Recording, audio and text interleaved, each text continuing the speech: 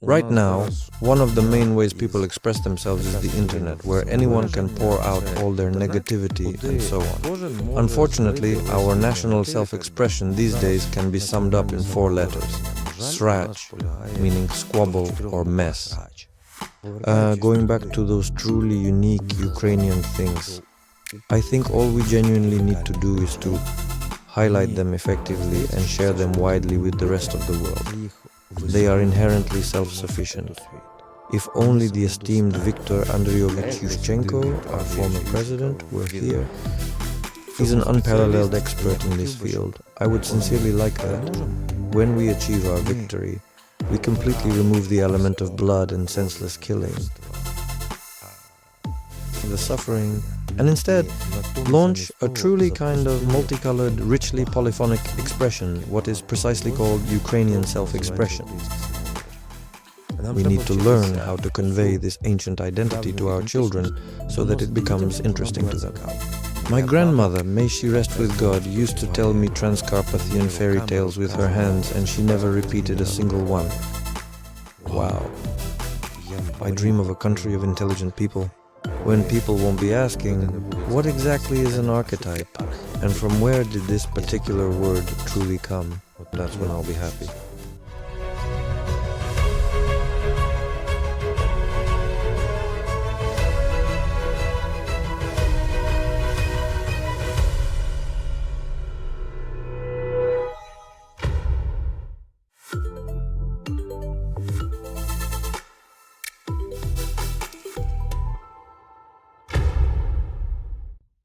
Hello, I'm Nicholas Isitsky, and this is Archetype of the Nation, a cultural project that explores the foundations of Ukrainian national identity.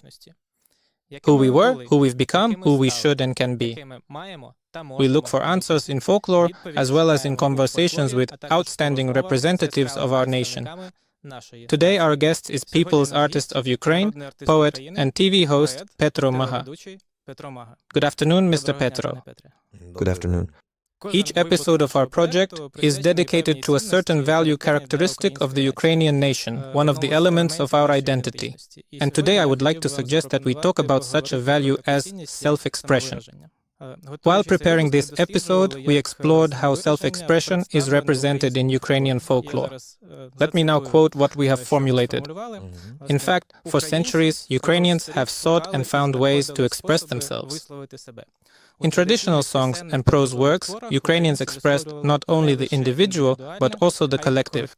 Memory, pain, joy, and hope, transforming even traumatic experiences into symbols, melodies, and images. To be unique, rather than just a part of the system, is a natural desire for a Ukrainian with creative intuition and a drive for individualism. Mr. Petro, do you agree with this statement, and what does self-expression mean to you? You've actually touched upon a truly intricate and quite complex topic, indeed one that truly warrants careful consideration and much thought. It only seems that way on the surface. Oh, we have such beautiful songs. We sing about sorrow, we sing about happiness. 90% of our songs start with the word O, and O can be O, but it can also be O. But in reality, self-expression isn't just about that. Self-expression is found in so many different things, such as intricate wood carving, in construction, in the undeniable fact that, once a discerning British traveler during his extensive journeys in Ukraine meticulously wrote that he would unequivocally rather eat off the impeccably clean floor in a humble Ukrainian house than from the elaborately adorned table of a wealthy and arrogant Russian nobleman. Because the house had to be whitewashed, freshly plastered, there had to be hollyhocks by it, and there had to be a wattle fence. With a style, there had to be one's own personal space. Ukraine is a land of hosts. There absolutely had to be some household livestock. And that was a must. And they grazed it collectively. Isn't that a form of self-expression? And when people gathered together and decided, today you graze, tomorrow I graze, the day after tomorrow, yes, by turns, isn't that a form of self-expression? And the painted pots, each one unique and unlike any other anywhere. Isn't that self-expression? I have a unique thing at home. I bought it there for literally next to nothing. It's a jug, and it's called a korny. Kurni jugs are distinctive black jugs that, in these traditional ovens, actually retain the smoke deeply inside them. In the Chernihiv region, there was a particular place in a small village that was widely considered cursed because a house had once tragically burned down there and consequently no one would ever buy it. Well, eventually someone did come along, purchased that specific plot of land, decided to build a new structure there, and when they finally demolished the foundation that was there, the remains of the old house, they found an oven. It was the house of a potter. It was broken open, and inside there were 130 jugs that had been waiting almost 200 years for the moment they would be taken out. But not realizing what the true value of all this was, of this jug whose lid rings when you tap it, Kurni jug, it waited 200 years in the oven for someone to take it out. Where else can you find something like that? I'm not even mentioning that they say we have the largest song heritage there is. And what truly scares me is that we are collectively forgetting all of this valuable knowledge. Right now, one of the primary ways we express ourselves is through the internet, a digital space where anyone can freely pour out all their negativity and so on, often without much thought. And I belong to those absolutely unusual people who, if I see that you've written a good book, I have to either call you or write to you or meet you and say something. I rejoice for everyone. If I see that someone has made a good song, I absolutely have to acknowledge it. But there are those who produce only, manure crap. I would like to remind them where that comes from and what they represent at this moment. They say that in the past, only the family knew if someone was an idiot. Now, thanks to the widespread internet, everyone truly knows and is aware of what's happening with us. Plus, this situation has become... It has been significantly aggravated by the ongoing fighting. And for us, the fundamental reason for, national self-expression, unfortunately, often comes down to a simple four-letter word, squabble. This is a truly terrible and deeply complex problem, because the underlying reason for it can be a profound language issue, an issue of religious denomination, a significant religious issue, the crucial question of defending one's cherished homeland, or perhaps not defending it at all. But how can you possibly not defend your own beloved homeland?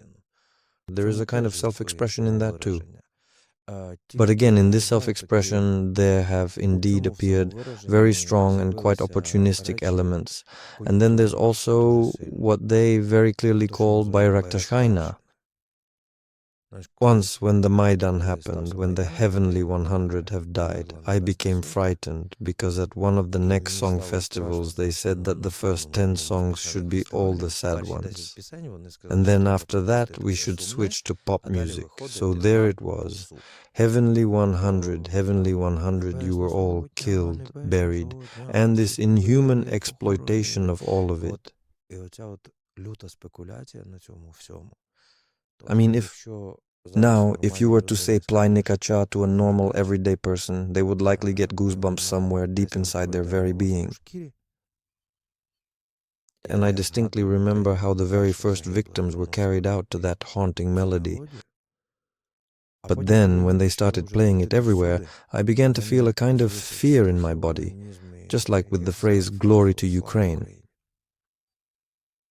I truly don't want the sacred word that is so deeply meaningful to me, the powerful phrase "Glory to Ukraine," to ever turn into something akin to "Glory to the CPSU," because for me personally, the profound phrase "Glory to Ukraine," which has also become such a significant and integral part of our national self-expression, yes, it's now "Glory to Ukraine," heard all over the entire world, it's been widely heard and recognized everywhere, but then, when some popular pop singer comes out and performs a song, and then simply shouts "Glory to Ukraine" without genuine feeling, and people look and think, why? Where did that come from? Where are you now, and where were you before this?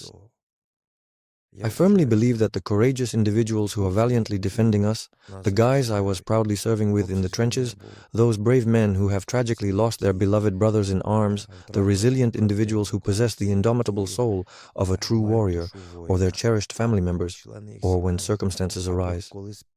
Well, let's put it this way, it's a themed evening.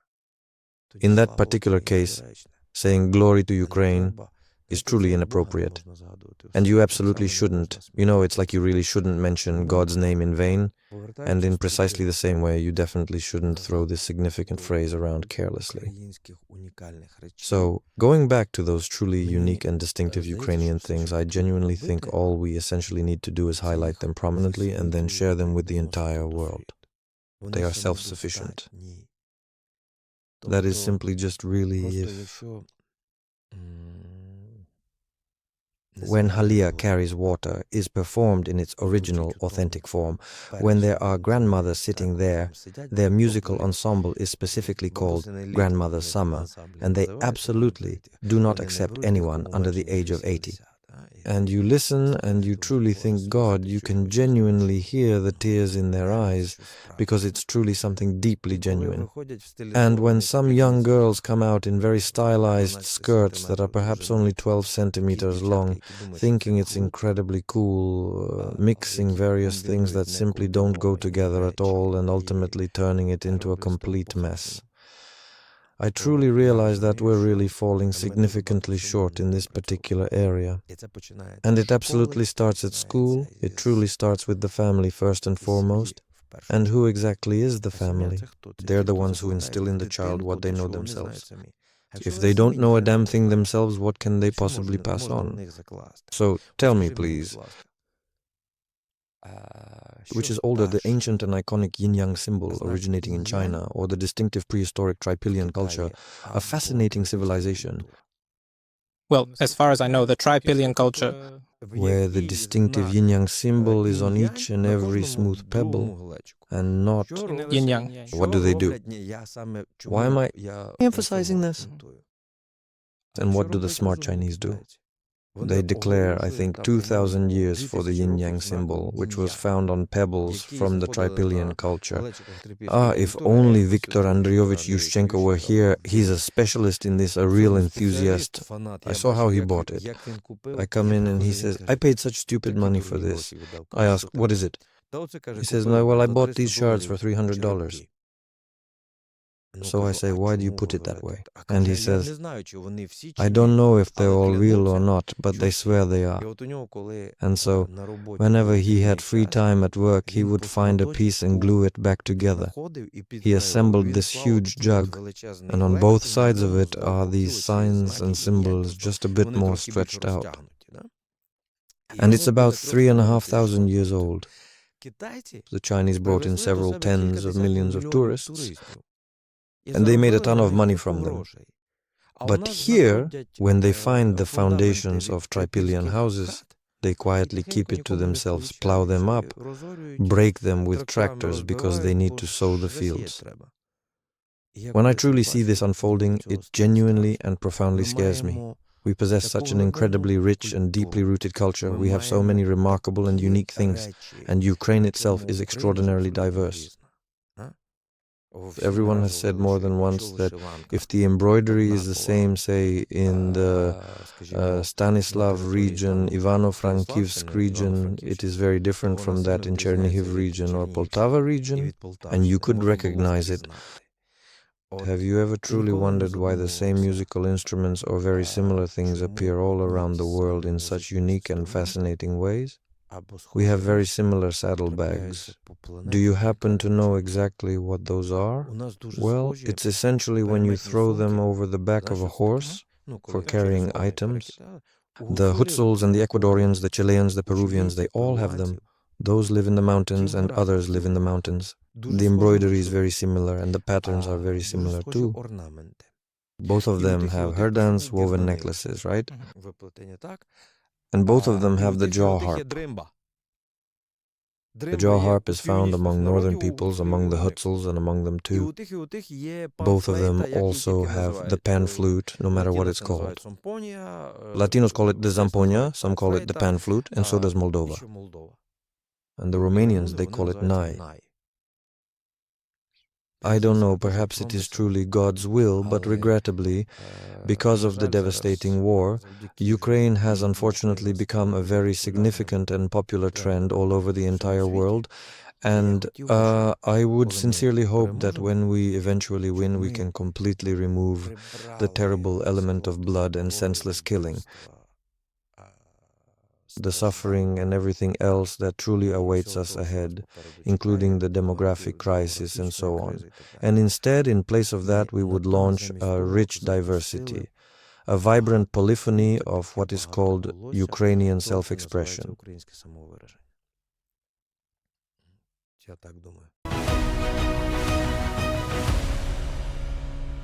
The archetype of the nation is being created with the support of the Ukrainian Cultural Foundation and is being released in various formats. So choose the one you like, listen, watch, read our episodes, and also share your thoughts in the comments, because in this project, every opinion matters. And of course, subscribe to our channels and pages so you don't miss anything interesting. All the links are in the description for this episode.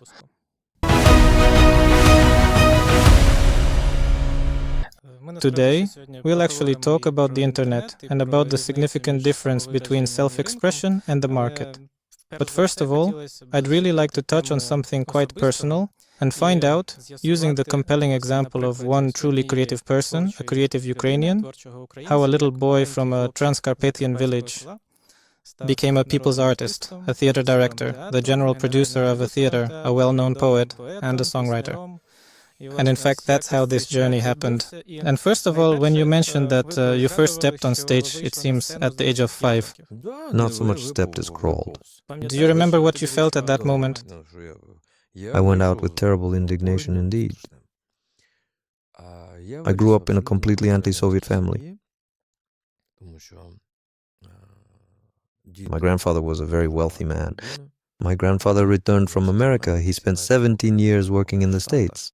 Grandfather came back, bought a lot of land, and managed the farm. But when the Soviet authorities arrived in 1944, grandfather was sent away from his farm.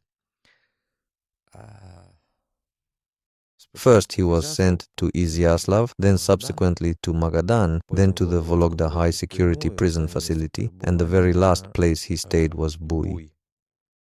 I don't remember which region that is.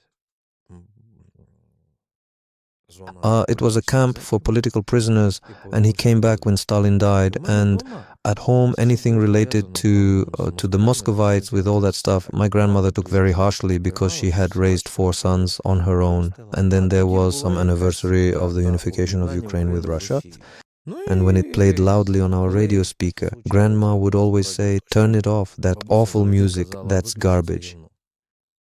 So I knew it was a bad song. And then suddenly at the club they're singing it on stage, a whole choir. So I climbed up on stage, started tugging at the accordionist's sleeve, making everyone laugh, and said, "Aunt Katya, that's a bad song." And she says to me, "Well, what's a good one then? Do you know one?" I actually started singing a bit of a really reworked Slovak anthem. With the words, "Let's swear that the communists will die, but the Slovaks will live." Meaning, let's make a vow or a bet that all the communists will die and the Slovaks will come back to life. You could really get in trouble for that. At 5 years old? Yes. My father, white as a sheet, ran onto the stage, grabbed me under his arm, and ran off with me. On the way down, I even sang a few more lines in protest, and everyone was laughing. But everyone knew there were a couple of informers in the village who would definitely report it somewhere. Well, and then just at home, they really wanted to give me a little bit of punishment. My mom often consulted child psychologists. In our case, the psychologists were the washing machine hose, the iron cord, and the jump rope, that unidentifiable thing. And my grandma defended me, saying that I sang a really nice song. Your self-expression was appreciated. Yes, but it really needed to be smoothed over. And if you're not sitting properly, it's better to hold on to the table. At the very next concert performance, I was given a significant poem to recite about the oppressive Chilean junta. I still clearly remember the words that Juan and Vicente said there. They were the kids of Mire and Pablo Sarmiento. At night, the police forcefully broke into their house, and they told Dad, "Get ready, let's go." every day and night. In prison they beat him, but didn't break Sarmiento's will. Just imagine, at 5 years old, sending out a child who has absolutely no idea what he's talking about, but I was rehabilitated. And so, as my mom always says, I just got up on that stage, and ever since then, no one could ever get me off it. And when did you write your first poem? Oh, I was probably about 8 or 9 years old. It was a poem in Russian about an icebreaker. I had watched some TV program or other. It was one of those, God, how embarrassing moments. Was it your own desire? Well, yes, of course, I wanted everything back then. But no, I truly wanted it all, every single thing, with great passion indeed. I wanted to draw, to play football, to do boxing, to play basketball, and to join the Ajit Brigade. Basically, when I was involved in Vegetatra, at that time, I was about 14 years old, and the head of the jury was the very distinguished, venerable old Mikhalkov, the one who... He was the one who rewrote the anthem of the Soviet Union. And he was already quite old, just an elderly man. He personally handed us our certificates in Lviv. They generously fed him there and also gave him drinks. He was this remarkably tall, 2-meter tall guy. And he then said, "Young man, go ahead, get together." I said, "Yes, I want to be an investigator." He said, "You fool, you should go to theater school." And somehow those words truly stuck deep in my mind and head. In fact, from that moment on, I started thinking seriously about pursuing this quite seriously, but we just really didn't have any strong Ukrainian self-identification there at all. I'll be honest with you. I studied in Chop in a Russian school. People can tell me later that we weren't oppressed or anything like that. The school was Russian with very good teachers, but it was aimed at making us fit in with the children of those KGB officers, representatives of the border troops and railway troops who served in Chop. And that's it. We were completely and utterly equated with them. My very own Transcarpathian self-identification happened very strongly around Christmas and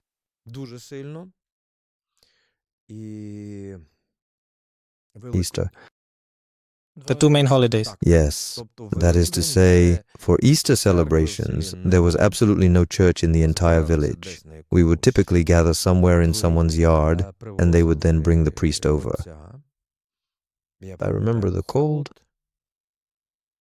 It's a dark, solemn night filled with heartfelt prayers, with numerous candles burning brightly in their woven baskets, and the refreshing cold water splashed on your face, followed by the joyous declaration, "Christ is risen." And in that moment you are truly happy, aren't you? And Christmas is Kolyatki. Christmas is Kolyatki. And the traditions and customs in Zakarpattia were notably different from what I subsequently encountered and heard in central Ukraine. And if in the heart of central Ukraine I distinctly heard the joyous proclamation, "Christ is born, God is truly incarnate, angels sing praises, kings greet with reverence, they bow down in adoration." Practically it's quite similar, but in this specific Zakarpattia version of the carol that I personally heard, the lyrics proclaimed, "Christ is born, God is truly incarnate, angels joyfully sing, and kings reverently greet." It's such a wonderfully broad and encompassing message. I later talked to musicians about this. They say, yes, there are regional variations. They're very interesting. Because, for example, the talented Andriusha Klivniuk introduced the entire world to the beautiful song Oi u luzi chervona kalina. And the world sang this song quite very beautifully, but with a completely incorrect melody. Well, in other words, in its classical and original version, the one composed by its original composers, the melody is very, let's say, quite distinctive and unique, more colorful. But he made it more rock-like, that's all. And that's not a bad thing. Well, because he brought it to the whole world. We need to learn how to convey this ancient identity to children in a way that makes it interesting for them. When you tell young children like this, and like this, and then it turns out that the ancient concept of yin-yang actually existed in the remarkable tripillion culture much, much earlier than previously thought, you truly go, wow, that's astonishing. And when you tell them that the celebrated Taras Hryhorovych Shevchenko, now, his magnificent paintings are meticulously studied in the renowned Flemish school of painting. At the moment, they are studying the classics. Painting, that is like an alphabet based on two artists, Rembrandt and Taras Hryhorovych.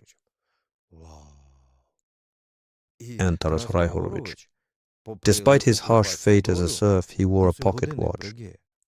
That's precisely how he truly lived his life, with all his inherent sins, with his personal preferences, and with his many women. With all the flair of a rock star, literally. So why not? Why isn't it like that? You see, someone once decided for us as they were destroying our self-identity. Ole's fate as a serf is endless, endless. Karitya, mother is dying of starvation. She wanders around the village begging, looking for any work just to avoid dying of hunger. Everything is bleak, everything is terrifying. Good people. Do you frequently read books authored by European researchers who specifically focus on Ukraine? For some reason, they all compare the beautiful country of Ukraine to the Netherlands. They say the mentality is very similar. Around the house, everything should be beautiful, tidy, full of flowers, freshly whitewashed, and the house itself should be absolutely spotless. You come to Hutsulshchina. Like I once walked into a house here, and it really felt like they had sprinkled crisp white snow all around. Such freshness. Everything is elegantly embroidered. Everything is pristine, white, and clean. It truly feels like dust never even enters that house. Where does this come from in our people? And yet they absorb other cultures, just like they do with so many different and varied words. They picked them up when the language was originally forming and developing. But just so you know, my own grandfather was indeed an English speaker. He developed as a person in America. And when he was arrested for anti-Soviet propaganda, let's pause here for a truly significant moment. And I'll tell you precisely why I was so utterly shocked the other night when I carefully read an article.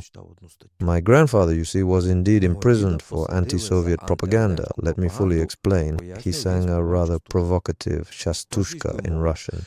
He didn't know Russian at all. He would ask Grandma, "What does pusiaros mean?" Grandma would say, "There's no such word." He'd reply, "How can there not be? The Muscovites sing pusiaros, the noble one." That was the extent of his knowledge of Russian. He sang a chastushka, and for that chastushka he was given 10 years. And just recently at night I opened an article about Korny Chukovsky. All throughout our childhood we were read his drug-induced poems. He was quite a prickly character, not liked by the system. Especially Nadia Kostyantinivna Rubska, who convened a special meeting and said that a mosquito cannot marry a fly because they are different creatures. The fact that the mosquito flies, swings a saber, and chops off the spider's head with a lantern while in flight. Well, that didn't bother her at all, but he sometimes wrote rather harsh, indeed quite critical things. And when the devastating World War II finally ended, he wrote a truly terrifying and poignant poem about the plight of widows, about how there were absolutely no men left, that women had no one to live their lives with, no one to have children with, what the uncertain future would hold for them, and so on, in such a difficult time. And the last verse of this poem went like this. So many girls, nowhere to put them. If the horses die off, we'll have the girls plow the fields. So my dear grandfather used to sing this particular verse like a charming folk ditty indeed. The official poem, which was subsequently published in the prominent newspaper Pravda after someone reported its public performance, was officially declared anti-Soviet propaganda. Nowadays, in this modern era, they would simply look it up on the internet, a much more efficient and readily available resource. They'd hire some lawyer, maybe a graduate from a technical law school, who would tear the whole case apart in 2 seconds. But back then, that was impossible. Because they had decided that you, me, and our esteemed cameraman here had to be declared enemies of the people. And that's it.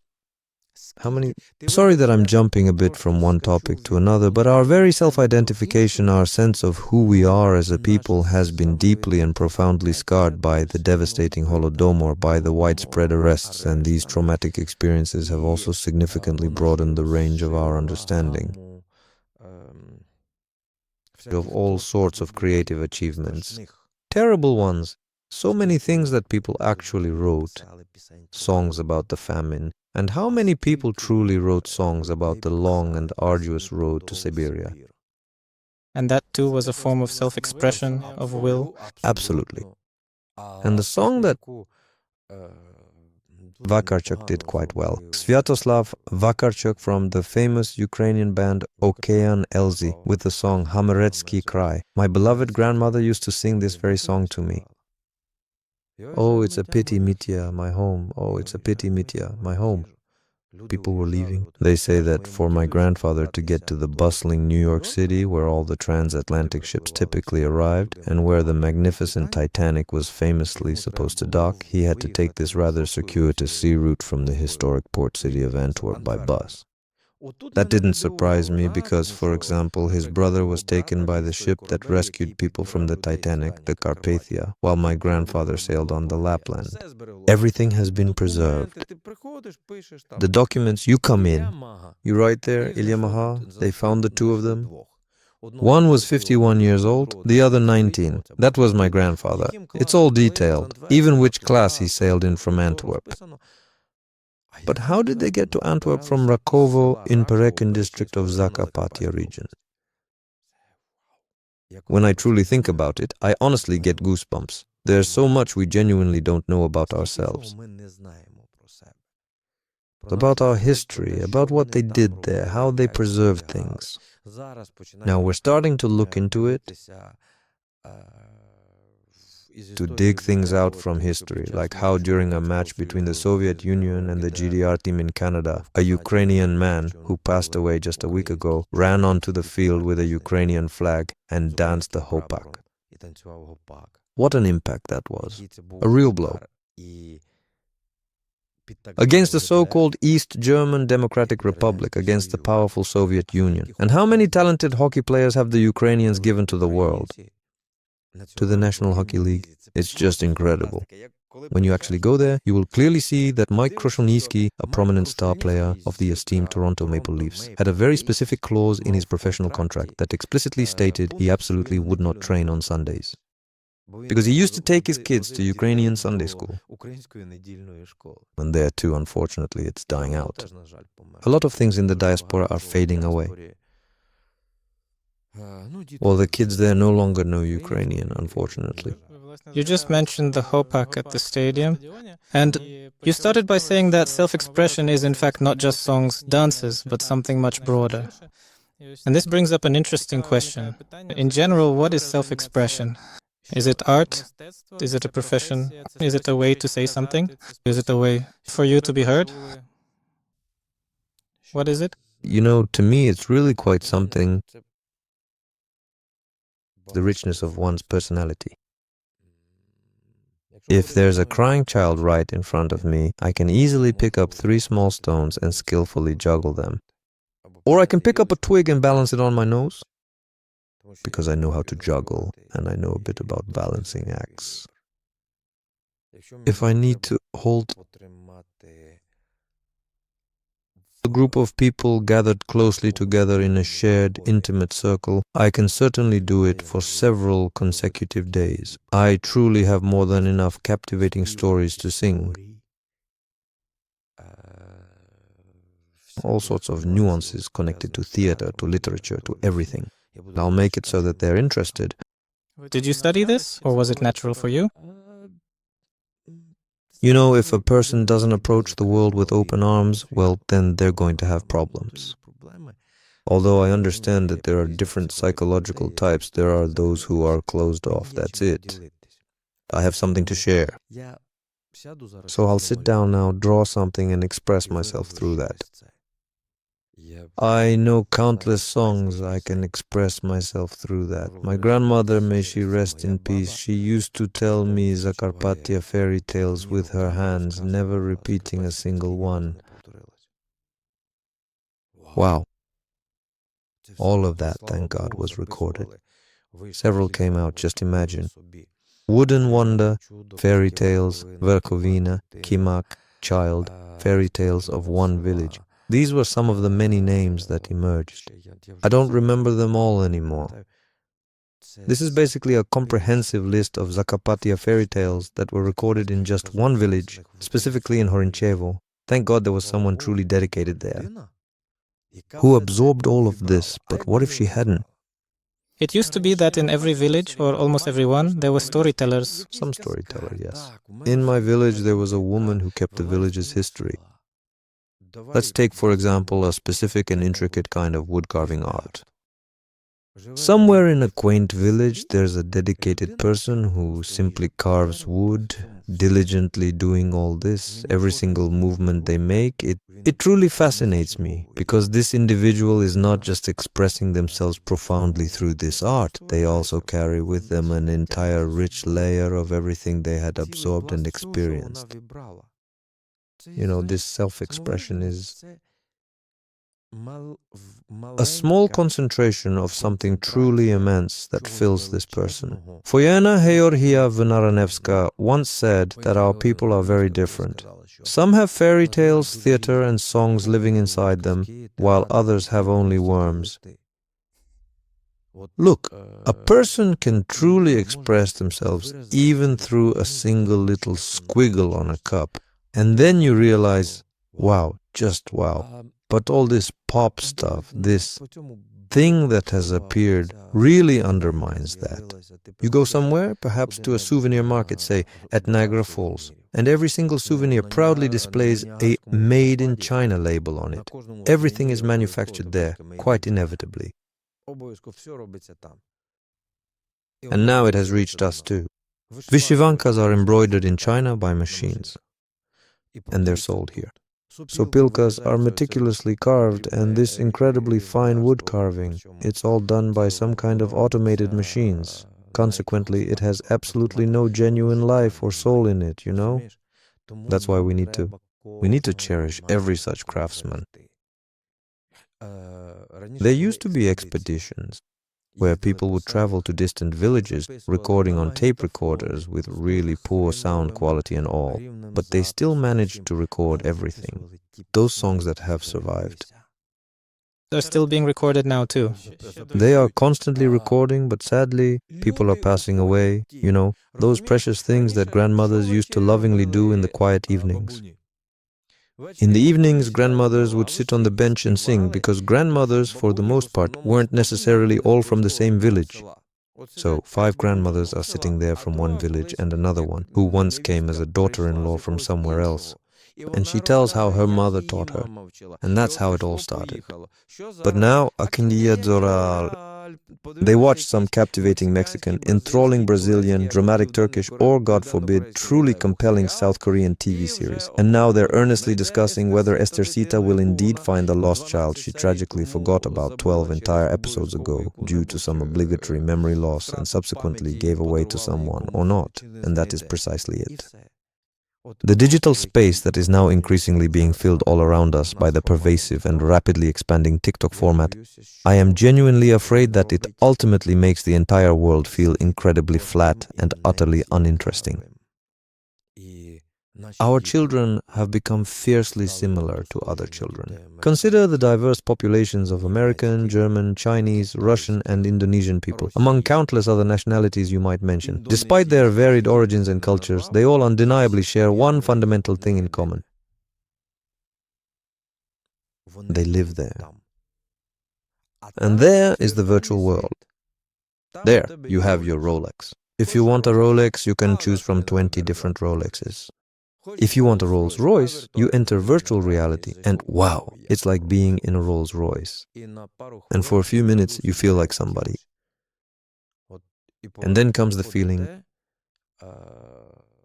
that things didn't work out for me. Because my Alaska was completely different from what it is now on television. Let me remind you that today in the Archetype of the Nation project studio, we are talking about self-expression and creativity with Petro Maha. You've actually touched on a topic I was planning to discuss a bit later, but since we've already gotten to it, here's the question. It's about those traditions and ways of self-expression that existed when every village had a storyteller, a man or a woman who told tales, and not a single story was ever repeated, because in fact, the uniqueness of folklore is that everyone adds something of their own. It's the same with songs. Now, on the one hand, all our content is on the internet, and so probably it no longer exists. Among the younger audience, there are no more storytellers or songwriters because there are so many of these tales and songs, you can just listen to them or read them. But on the other hand, new forms of self-expression are emerging. Blogs, reels, memes, and so on. Is this evolution or is it degradation? It's degradation.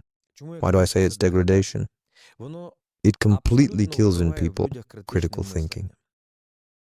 For me, as a person with, let's say, an IQ that is a bit higher than a canary's, I'm not particularly interested in watching people who only think the exact same way I do. That is to say, I listen to 3 or 4 different opinions and then try to find somewhere in the middle the truth that might genuinely exist.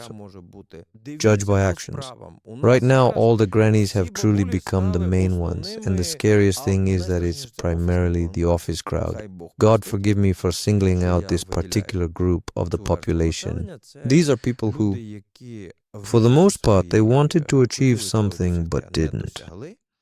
But for them, everyone else is an idiot, a fool, a jerk, and of course, they would have done everything better if they could. Tell me, do you write your comments? I have neither the time nor the desire, nothing at all. And when I read there sometimes all these additional things, theories and various conspiracies and all that kind of stuff, such as, it really scares me. I'd like to steer our conversation towards something more positive right now, because it's easy to talk about how everything used to be good, traditional, the way it should be. But now, even the pervasive influence of modern technology seems to profoundly affect us in such a way that it's no longer primarily about genuine self-expression, but rather about some inherent need to be truly heard. You can look at everything from different angles. We had a wonderful writer, Anton Pavlovich Chekhov, living in Ukraine. And if you take his play, The Cherry Orchard, there are old ladies living there who don't want to cut down the trees because they bloom so beautifully for them. And then Lopakin comes, who wants to cut down the orchard because a railway is supposed to go through there. Who is right? The old reactionaries who want to preserve an orchard that hasn't borne fruit in a long time. Or the person who wants to build the railway and take a step forward. If you put the question that way, you'll say, of course, he's right. Well, that's just how it is. But what if he just simply wants to make a quick buck, like a mere profiteer, while for them, it's their entire whole life? You see, everything can truly be looked at from a completely different angle. Well, how can I not even begin to take full advantage of the many benefits of civilization if right now I'm probably speaking into an American-made microphone, or perhaps a Chinese one, or, well, no, it wasn't originally developed by Americans, but it was indeed made in China. I came here in a Japanese-manufactured car. I'm currently using, once again, an American-designed phone, which was also most likely manufactured in China. If I were to travel almost all over the entire world, I truly wouldn't have enough of a lifetime, you see, to fully appreciate all of this. You can't say that. But at the same time, we have to preserve something of our own. What really scares me is not so much urbanization as globalization. A significant aspect of globalization is this ongoing process of depopularization and indeed denationalization. You see, there are things that very strongly identify peoples. The flag of Latvia, remember? Do you know what its color is called? No. Because it is something like this color, the color of the shirt I'm wearing right now. It is not accurately described or known by any particular term within the established context or common understanding. Therefore, it is easier to call it like that, like Latvian red. Because it... So why exactly then? Is it Bulgarian? Because that's what the Bulgarians did. Bulgarian cross-stitch. Here, people sometimes very precisely give their own names to things. We've enriched the world with certain specific things. I think I actually saw Dima Kamara visit those people in America, the Amish, who live quite separately. Do you know what they actually call garlic? Or not havlik, they actually call it chesnik, because Ukrainian immigrants who were skilled in various crafts taught them to do so. And consequently, the Hungarians, who were primarily nomadic tribes, adopted almost all the names for their essential work tools directly from the Ukrainians. They didn't have shovel in Hungarian lopat, pitchfork in Hungarian vilo. You see? So they simply took it all from us. All of this immense wealth was painstakingly created over many centuries, and this accumulated wealth is self-expression. Well, listen, any traditional ritual in Ukraine, if you truly look at it closely, is quite unlike any other. And that's true in different regions as well. In Zakarpattia, during funerals, there were always the Baba and Daido. These were people dressed up in costumes who would walk around and make people laugh, so that death would be easier to accept. Have you ever heard of that? In Zakarpattia, they would take a person to be buried in the summer on a sled. This happened not only in Zakarpattia. Yes, I truly believe that we should carefully preserve every precious Hutsul word, every unique Lemko word, and every distinct Boyko word in every cherished corner. We all must know the Ukrainian language. Every single one of us. But excuse me. I've given this example more than once already. The American national tennis team, back in the day. Pete Sampras is of Greek descent. Jim Courier is of Belgian heritage, Michael Chang is of Chinese origin, and Ivan Lendl is of Czech nationality. And yet, this group is the national tennis team of America. Because they gather the best? Of course, of course. I'm American, but at the same time, he comes, for example, Andy Warhol. Good people. We, Ukrainians, should be truly very proud. Not only of the fact that someone made us really famous, right? Ukrainians have finally restored that synagogue in Sadora, in Chernivtsi, where Hava Nagila was written. Right? Calvin Klein, born to people, to Jewish individuals from Bukovina. Let's now look at the fascinating story of the acclaimed actor Dustin Hoffman and also David Duchovny. Sylvester Stallone, Leonardo DiCaprio, Steven Spielberg, the acclaimed director, Mila Kunis, the talented actress, and Mila Jovovich, the renowned star. Volodymyr Palahniuk, Jack Palance. I truly believe that the greatest and most significant value for us in understanding Andy Warhol is not only that he is widely considered the pioneering father of pop art, but also that in his later years and old age, he consciously returned to his ancestral Russian roots. He was dying in a Greek Catholic community. He is buried in a solemn Greek Catholic cemetery. He is a person who, in his last years, truly tried to atone for his many sins, and there were certainly plenty of them indeed. You know, when people don't understand something, why do I say that there is something inherently bad in this significant degradation when people spend a full 9 to 10 hours a day on screen time? Those 9 to 10 hours could have been devoted to learning something truly interesting and genuinely useful. They They could have found out who Andy Warhol is. You know, I recently had an interesting experience. I teach at the Institute of Cinema and Television. And when we were conducting exams, there was Mr. Budko, who used to be the general producer at Tonis. And he says, "Great, this and that, and here it even reminded me of Charles Aznavour." I look at the students and their faces are completely blank. I say, "Well, come on now, let's see. We have some dedicated guys here who, I knew, were diligently preparing to become professional sports journalists and are truly into football." I say, "Sashko, come on, please tell me, who immediately comes to your mind among those ethnic Armenians who played for the esteemed French national team?" "Well, Alain Boghossian, Yuri Djorkaeff, good job." "And who is Charles Aznavour?" They don't know this. I say, I would explain to you that Charles Aznavour is the greatest chansonnier and the most famous Armenian of all time. Now they say that Kardashian has surpassed him, but let's not compare how Kardashian surpassed him and the fact that he was Edith Piaf's husband. But I definitely won't tell you that, because then I'd have to explain to you who Edith Piaf is.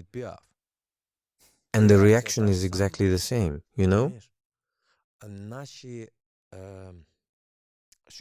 What exactly don't I particularly like about our people at this very moment in time? And they are truly becoming quite like Americans, in the sense that Americans generally tend to think that all of recorded history began precisely when Christopher Columbus first arrived on their land. As if, before that, there was nothing in the world at all, you see. And now people here already think that before independence there was nothing at all. These are people who born after Independence, absolutely. And maybe it's just not interesting to them. It doesn't really trigger me that they can't name all 15 of the former constituent republics of the Soviet Union, specifically. When I see these fools being asked whether Alaska is a country or a republic, or that the capital of Alaska is Venice, well, that's just wonderful, fantastic. A lot often gets overlooked. You know, among humanity's many achievements, there are, of course, some truly amazing things, like Wikipedia. At least you can always look things up. I sincerely hope that after watching our segment, someone will genuinely go to Wikipedia and look up who that rather annoying guy with glasses is, right? and will definitely leave a nice comment Oh, for sure, I can absolutely already see it happening now. and share their impressions and express their opinion about self-expression. I understand why.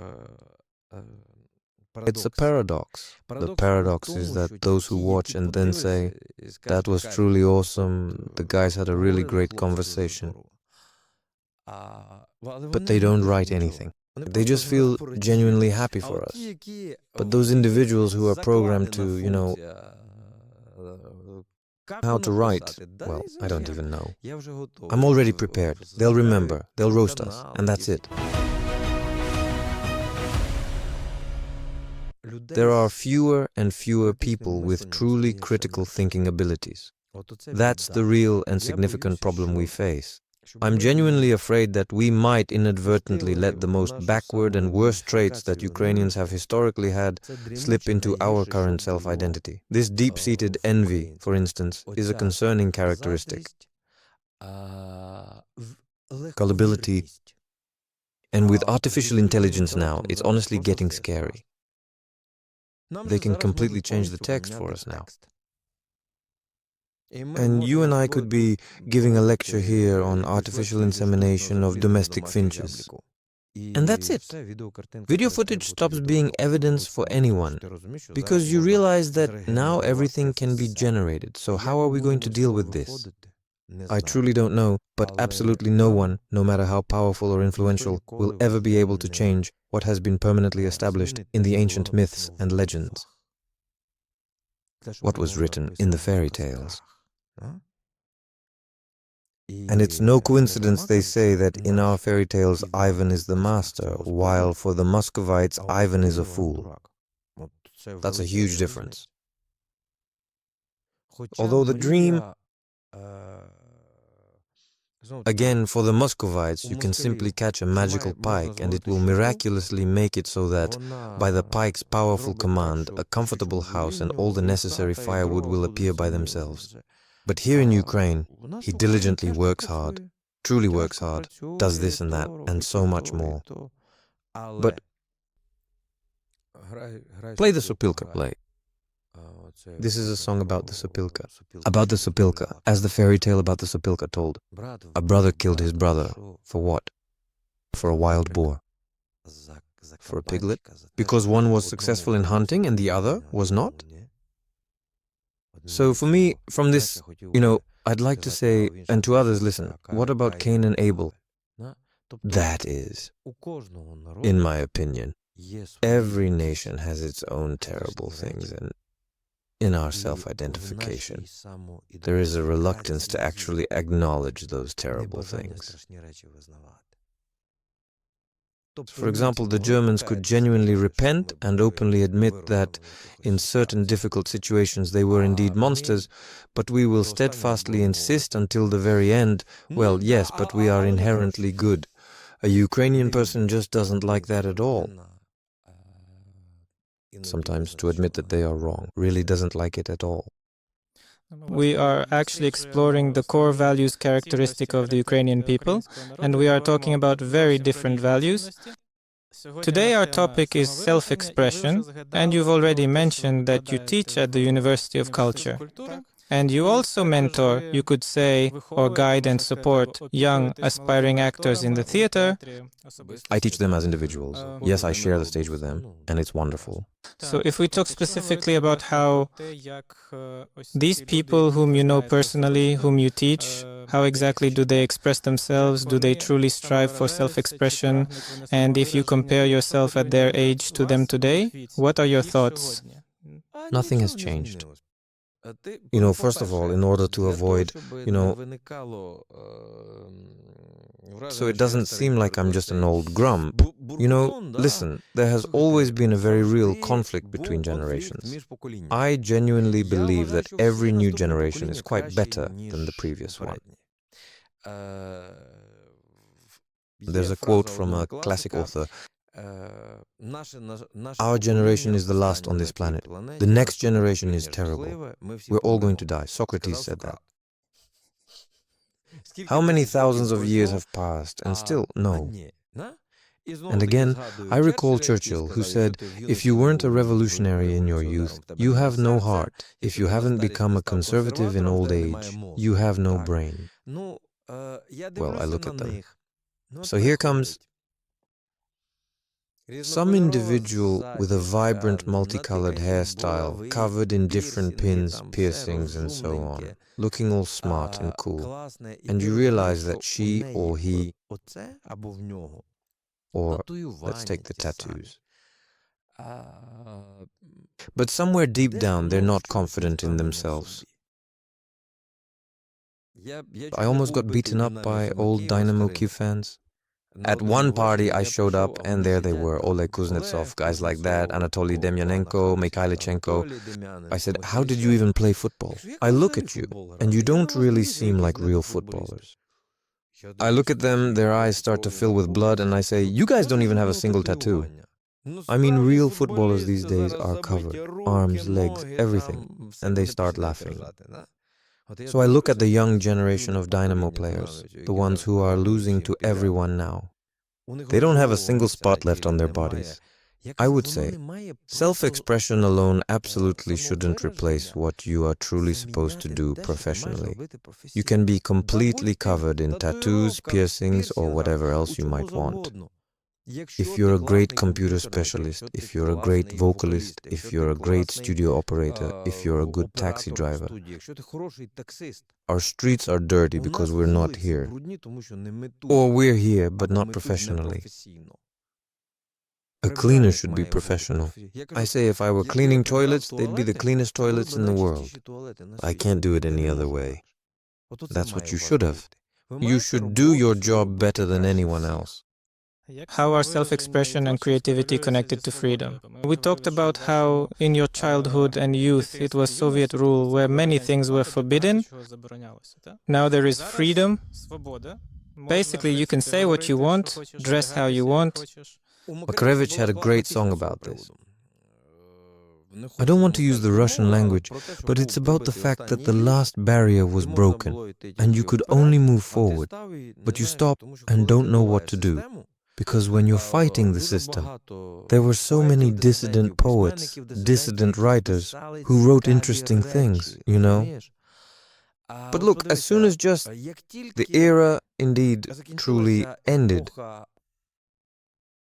the era of humor about shortages, total shortages. Our brilliant compatriot Mikhailo Zhvanetsky once said, "There's nothing we can't be without. We can be without anything at all. Whatever you can imagine, we might not have it." That's it. All of the humor has now indeed completely shifted to the lower part of the body. On every level. It's terrible. Terrible. How did it truly happen that, if you carefully look at our rich folklore, which was indeed created, in fact, over many centuries under severe oppression, and this profound self-expression was deeply connected to somehow expressing, among many other important things, our strong disagreement? What happened during Soviet rule was already the work of individual authors, the self-expression of dissidents, poets, a confrontation with the authorities.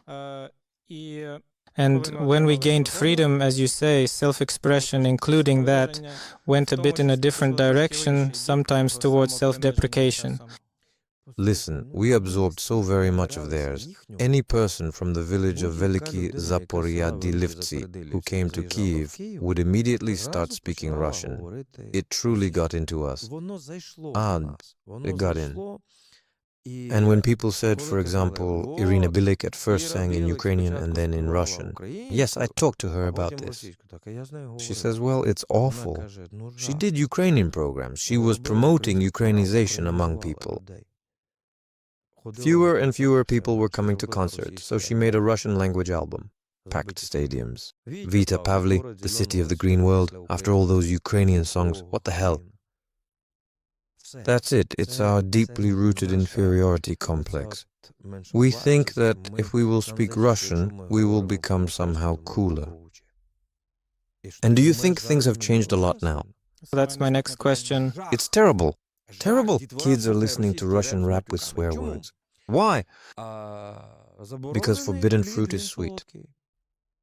Well, they say even, for example, my child was bullied at school, she never spoke Russian.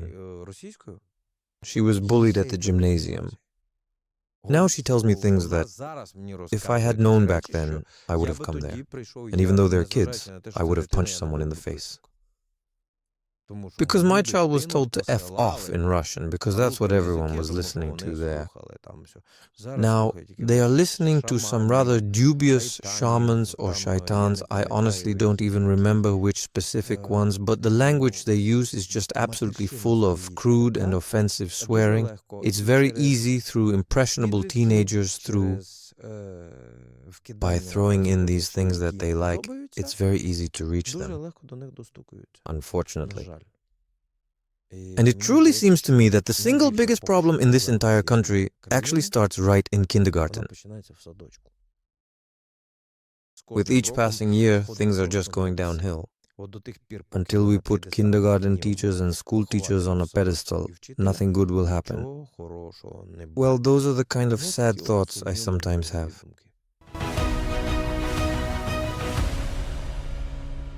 I dream of a country of intelligent people.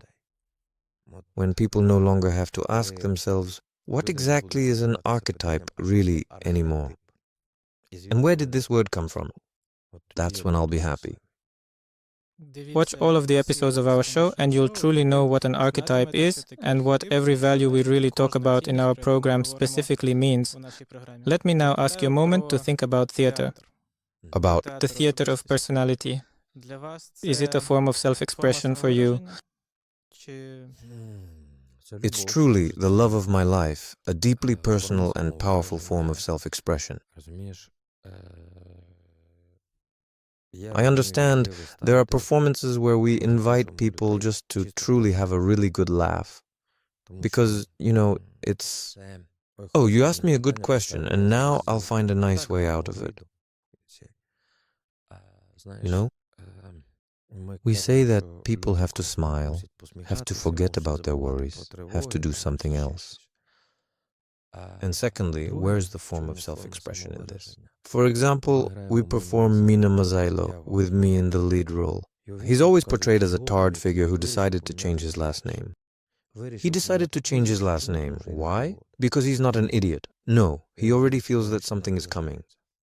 It's getting much closer now that significant things will inevitably happen, that there will be hunger, there will be shootings, and those individuals who manage to change Sirko, who manage to become Sirkov, Mazailo, Mazenyan, and so on, those who manage to attach themselves to some party organizations or structures, perhaps those very few will ultimately survive.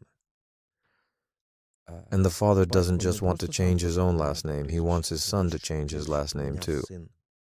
Above all, in this world he loves his son. I play this role. He is a scoundrel who fights for the happiness of his children. I've already decided for myself that I'm a scoundrel. I'm rejecting this Ukrainian identity. But I want my children to live happily from now on.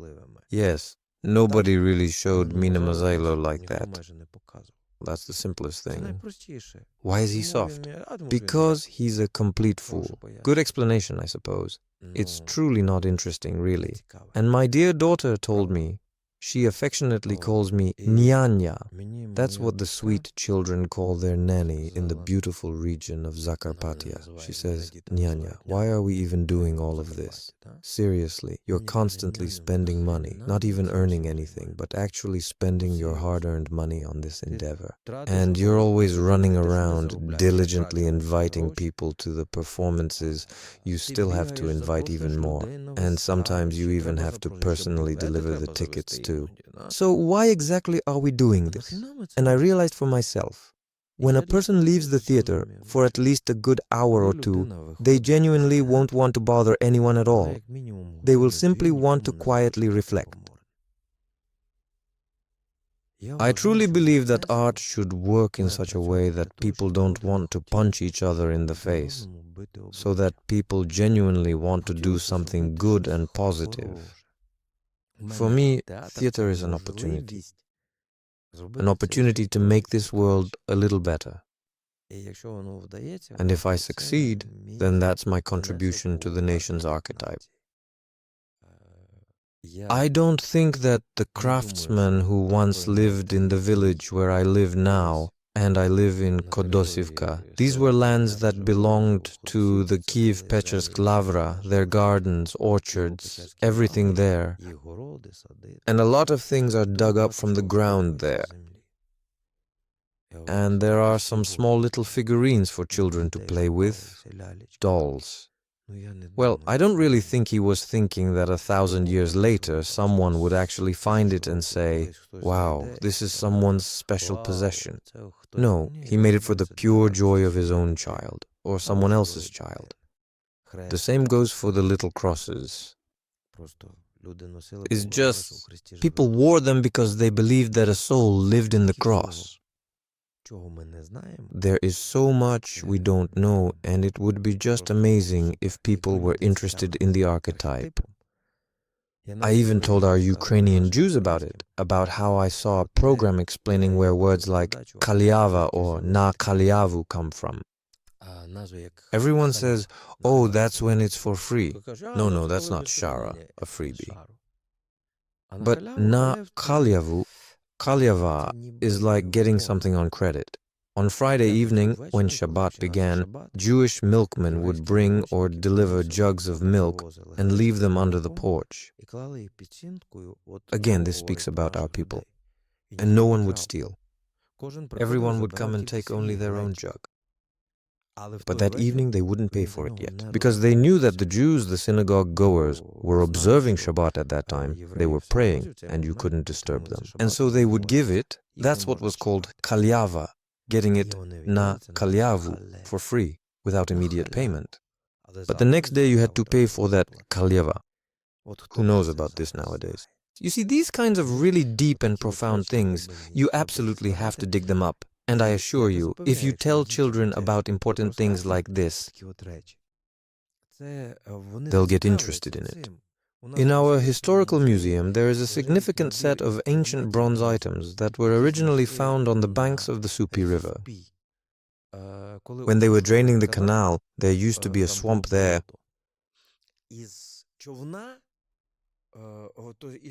A dugout oak boat emerged from the swamp, and inside it they found items. I won't describe them in detail. You could see them when the war is over. They'll be returned to the exhibits. They're made of bronze as thin as paper. They're very light. And the dragon's claws, the griffin's intricate faces, people truly can't believe all this could have been made without some kind of advanced space-age technology. It was in a leather bag, and nearby was the skeleton of a young man who had died in that boat. No violent death, no signs of a violent death. And so people walk by. They just keep walking by. Walking by. When I tell this incredible story, that all these sets literally weigh less than just a few dozen kilograms, that the ancient Greeks were truly ready to give up half of Greece for this amazing gear, their eyes truly light up. And they always ask, where exactly can we see it? Right over there. You have to know how to tell this story.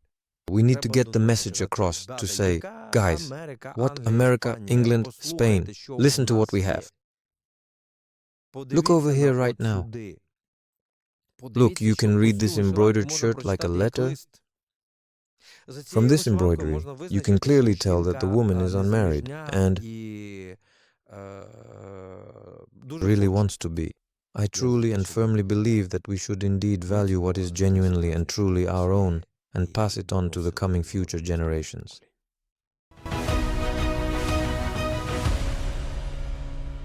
It's time for our traditional game with the guest of our folklore chest. And today, our folklore chest contains songs. What will the task be? I will read the beginning of a verse from a folk song. You need to come up with the ending of the verse. Let's play. With an unusual ending? You can make it unusual because you probably know the original one for sure. All right, go ahead. Your ending. Oh, whose horse is standing there with a beautiful mane? In the Ukrainian version, it was chattering its teeth. I like that young girl. This is a classic song, very beautiful. The flower of eternity, but the flower is falling. Oh, whoever truly does not know any love, does not know true sorrow. You say, the flower of eternity, but the flower is falling. Autumn will certainly come, we'll patiently wait, and together we'll have a truly good harvest. Something like that. You said on Monday we'd just go together to pick periwinkle. Why do I need periwinkle? I asked on Monday. Halya is carrying water. The yoke is bending. So all this is happening not in Donetsk. Oh, in the grove by the Danube there's music playing. And on the stage, Mila Jovovich is currently singing this particular song. By the way, that's true. She always performs it at her concerts. This very song? This very one. And now, a blitz round. All right, let's do it. To wrap things up, we have 7 short questions, and we're looking for 7 short or not so short answers. What particular trait do you value most in other people? Intelligence. Which do you consider the worst? Arrogance. What inspires you? Right now, my grandson Orest. What scares you? The unknown. What helped you hold on during the difficult moments in your life? Stubbornness. What is the main goal or mission of your life? So that in 100 years people will say, he was a great guy. If you had to choose just 3 words to describe Ukrainians, what would they really be? A people who can... Thank you.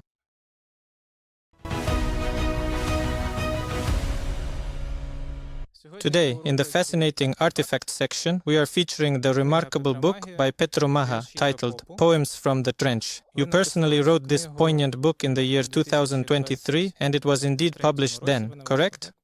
Yes, it started in 2022.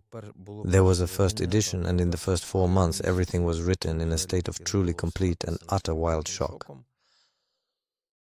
And then, when there were a lot more of them, well, we decided to republish it, and a friend of mine helped me. Dmitro Olinik, many thanks to him, I had no problems at all with the reissue process, and that's how it eventually came to be. This is documentary poetry about the war. How are texts born, actually? That's also a question about self-expression. How are texts born? How are poems created in a state of stress? Is it reflection, or a way to cope with emotions, or, again, a desire to express an opinion? It's what I told you before, stubbornness.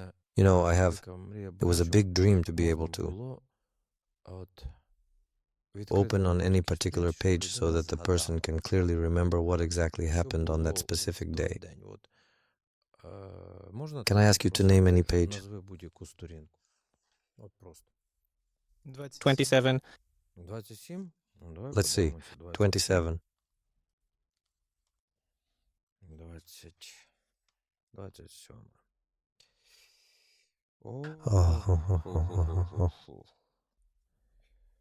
This is an address to the Cuban Cossacks. And it's a truly unique poem because one line is specifically written in Ukrainian and a subsequent line is then written in Russian, because that's how they live there. There you will find that the language is mixed, the people are mixed, and everything is mixed.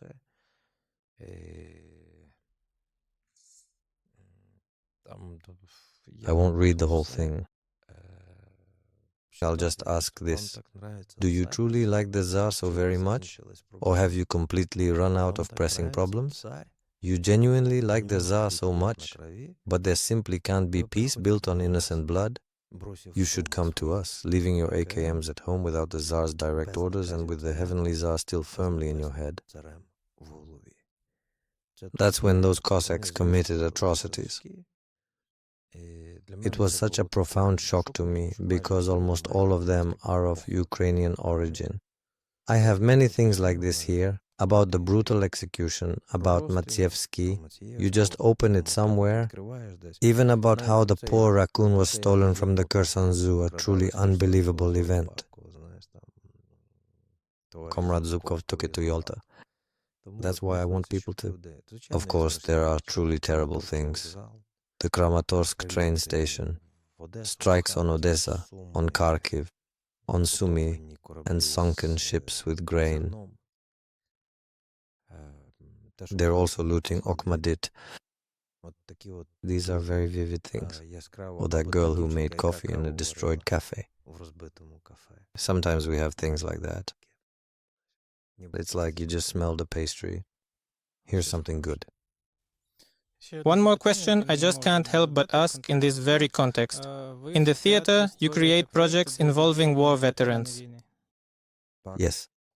What does art and the opportunity for self-expression give to people returning from the front? You know, it's hard. It would be good to help them return to normal life.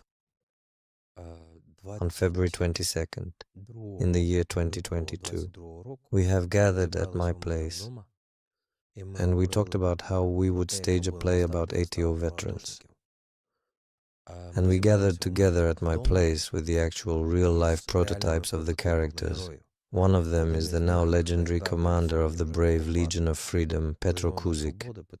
Here, I proudly wear his thoughtful gift on my wrist as a bracelet. We even had a dedicated fighter with the call sign Canada join us on Skype, which was truly remarkable.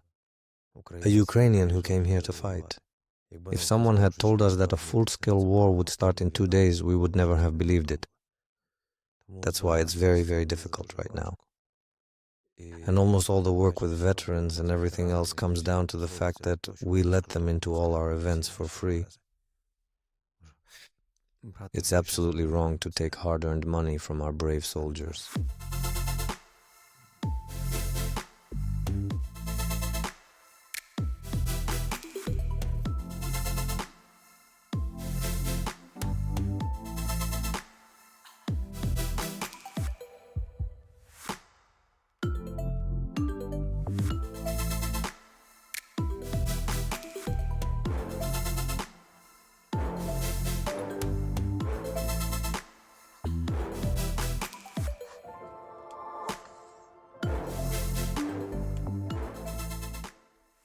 Thank you.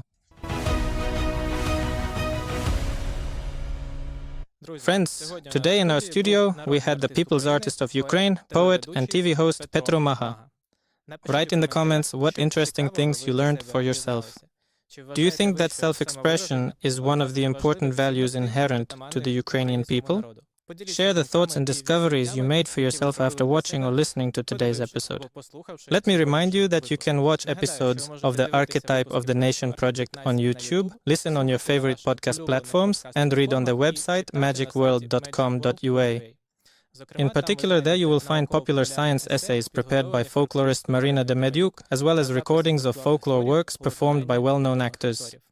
Thank you for your attention, and goodbye.